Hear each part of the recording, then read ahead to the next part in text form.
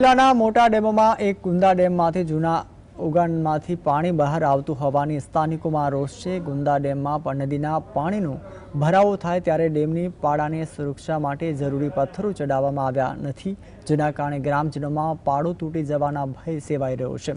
ડેમની અંદરના માટીના પાળા પર બાવળશી અને આકડા અને જાડી ઝાખરાનું સામ્રાજ્ય ફેલાયેલું છે, જે ડેમની મજબૂતી માટે જોખમી બની રહ્યું છે। જ્યારે ડેમના દરવાજા ખોલીને પાણી છોડવામાં આવે છે, ત્યારે આ બાવળ, જાડી અને ઝાખરા અને દબાણને કારણે પાણીનું વહેણ ગામમાં ઘૂસી જવાની શક્યતા રહે છે।